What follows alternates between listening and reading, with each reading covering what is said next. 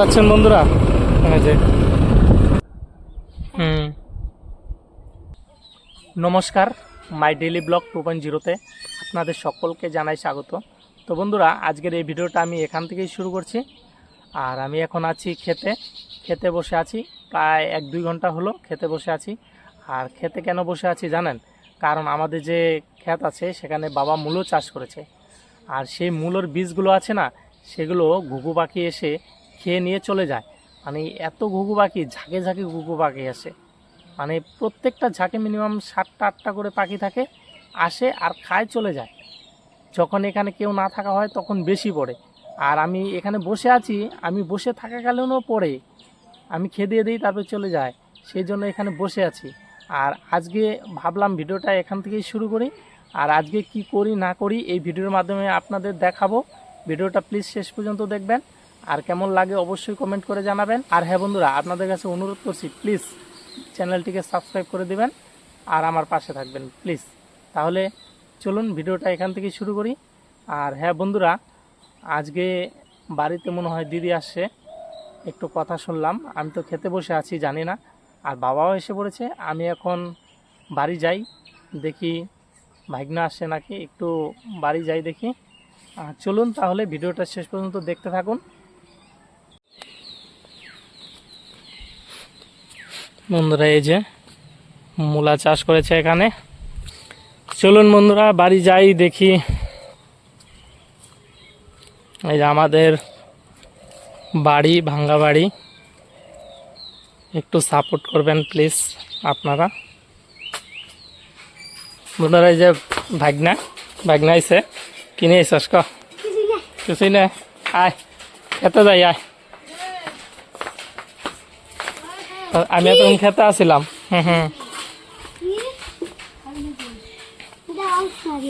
এতক্ষণ আমি খেতে আসছিলাম, বুঝছাস? আমি দেখলাম শব্দ শুনলাম, উই অনেক ঘুঘু খেতে আইলাম বয়ে বয়ে। আমি বয়ে থাকা গেলেনি ঘুঘু কয়টা করে পরে জানো? 4-5টা করে। আমি তো বয়ে থাকি তাও ঘুঘু 4-5টা পরে, এমন ঘুঘু। এই যে দেখুন বন্ধুরা, এই যে ঘুঘু পাখিগুলো, এই পাখিগুলোই মানে এখান দিয়ে খায়, কোনো ব্যাপার না।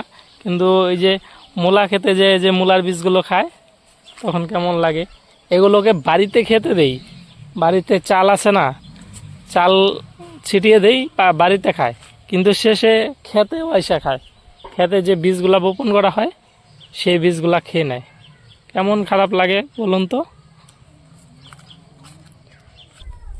তো বন্ধুরা, আমি আর ভাগনা, এই যে ভাগনা দুজনে মিলে যাচ্ছি। আমাদের যে গ্রামের মধ্যে দিয়ে একটা রেল লাইন গেছে, সেখান দিয়ে অনেক ট্রেন যায়, সেখানে ঘুরতে যাচ্ছি দেখি।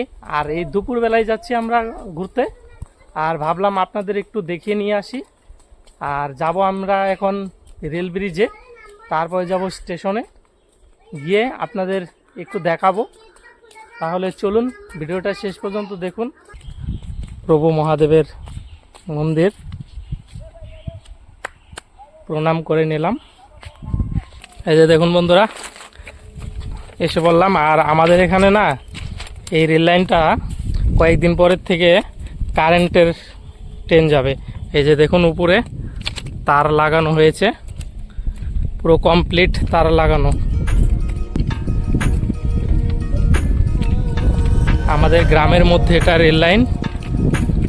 ভাবলাম আপনাদের একটু দেখাই, তার জন্য এই রৌদ্র মধ্যে, এই গরমে দুপুরবেলায় আমি আর ভাগনা চলে আসলাম আপনাদের দেখানোর জন্য।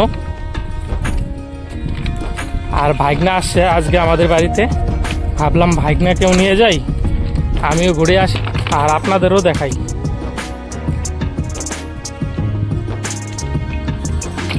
তাহলে চলুন, ওই যে ওদিকে হচ্ছে ব্রিজ, ওখানে যাব। ওখান থেকে তারপরে এদিকে হচ্ছে স্টেশনে যাব। তাহলে চলুন ওখানে যাই, তারপরে দেখা হচ্ছে। বন্ধুরা, আমরা রেল লাইন দিয়ে মামা ভাগনা হেঁটে যাচ্ছে। আর ভাগনা বলতেছে যদি এখন ট্রেন আসে, আমি ওই ট্রেন আসে হরেন দেবে।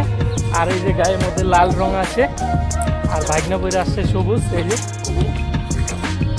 দুইটাই সিগন্যাল, লাল সবুজ। ট্রেন আসলে অবশ্যই হরেন দেবে আর দাঁড়াইতেও হবে, কারণ লাল পড়ে আছি। ওই যে সামনেই ব্রিজ।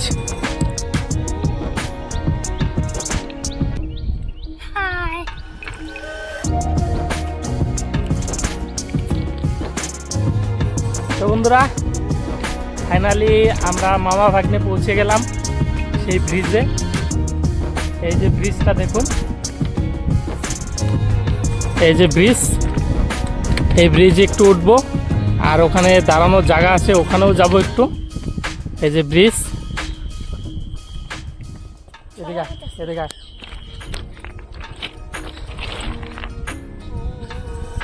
দেখতে পাচ্ছেন বন্ধুরা, ব্রিজে চলে আসি আর একটা হয়তো ছোট একটা গাড়ি আসছে যারা কাজ করে, তার জন্য একটু সরে যেতে বললো, সরে গেলাম।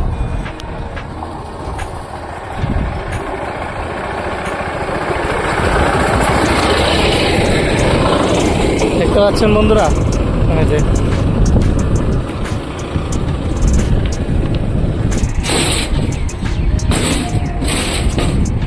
ভয় করে।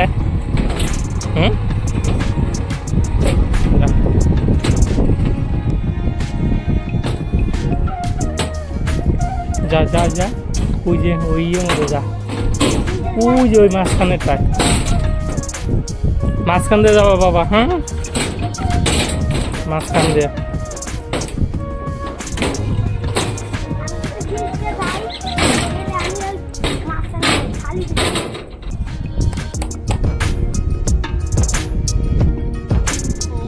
এই হচ্ছে আমাদের গ্রামের রেল লাইনের ব্রিজের যে সৌন্দর্য, কেমন লাগছে অবশ্যই কমেন্ট করে জানাবেন।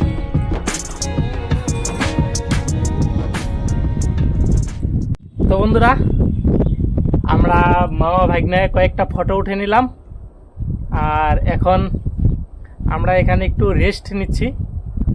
আবার এখান থেকে স্টেশনে যেতে গেলে অনেক দূর যেতে হবে। আমাদের গ্রামের মধ্যেই সব কিছু, স্টেশন আর এটা গ্রামের মধ্য দিয়ে রেল লাইনটা হয়েছে।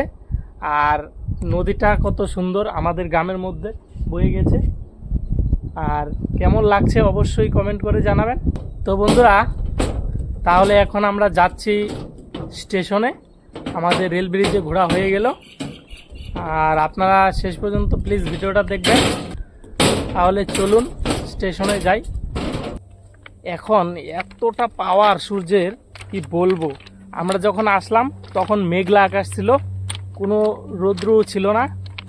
আমরা সেই জন্য আসলাম দুপুরবেলায় আপনাদের দেখাতে আর আমরা ঘুরতে। কিন্তু এখন স্টেশনে যাচ্ছি আর এতটা মানে গরম আর এতটা পাওয়ার রৌদ্র, মানে গাল মুখ চোখ মানে পুড়ে যাচ্ছে, এতটা পাওয়ার। তাও কষ্ট করে স্টেশনে যাব। আর বিশেষ করে একটু ভাগ্নাকে নিয়ে এই অসুবিধা, এই রৌদ্র মধ্যে এত কষ্ট করে ভিডিও বানাচ্ছি। প্লিজ ভিডিওটি একটি লাইক করতে হবে আর চ্যানেলটাকে প্লিজ সাবস্ক্রাইব করতে হবে। আর এত গরম লাগছে কি বলবো, স্টেশন তো এখনও অনেক দূর, বলার মতো নাই, এত পাওয়ার দিছে। আর যখন আসলাম তখন তো মেঘলা আকাশ ছিল। যাইতে হবে কষ্ট করে, আপনাদের দেখাবো বলেছি যখন যাইতে হবে। আর দেখুন বন্ধুরা, চারিদিকে শুধু সবুজ আর সবুজ। আমাদের গ্রামের একটাই সুবিধা কি, প্রকৃতির যে খোলামেলা পরিবেশ, চলাফেরা করতে শ্বাস নিতে সব দিক দিয়েই অনেক সুবিধা। তো বন্ধুরা, আর থাকতে পারলাম না রেল লাইনের উপরে। এখন আমরা রেল লাইনের পাশে যে একদম নিচু জায়গা বাগানে, যে এখানে নেমে পড়লাম। এখানে একটু নামার জায়গা ছিল, আর রেল লাইনের পাশ দিয়ে তো প্রচণ্ড জঙ্গল, উঠাও যায় না নামাও যায় না। এক জায়গায় জায়গা পাইছি নামার জন্য, নেমে পড়েছি। এই যে দেখুন কি জঙ্গল, এই যে এটা কিন্তু রেল লাইনের জায়গা, ওই যে উপরে রেল লাইন, এত জঙ্গল। এখানে একটু রেস্ট নিব, নিয়ে তারপরে যাব সামনে। আবার রৌদ্র, এখানে একটু বাগান আছে, ভাগনার আমি একটু রেস্ট নিয়ে নেব। আপসে গেছি। হ্যাঁ ভাই, বাবা তো ঘেমে গেছিস গা। দেখেন বন্ধুরা কি অবস্থা, এত গরম ভাবা যায় বলুন তো, প্রচণ্ড গরম। আসলাম মেঘলা আকাশ ছিল, ভাবলাম আমাদের বৃষ্টিও ধরবে, আর এখন বৃষ্টির জায়গায় কি আমাদের রোদ্রুয়ে ধরছে, এত গরম। একটু রেস্ট নেই। আর এই যে এখানকার ভিউটা দেখেন, এই যে বাগান,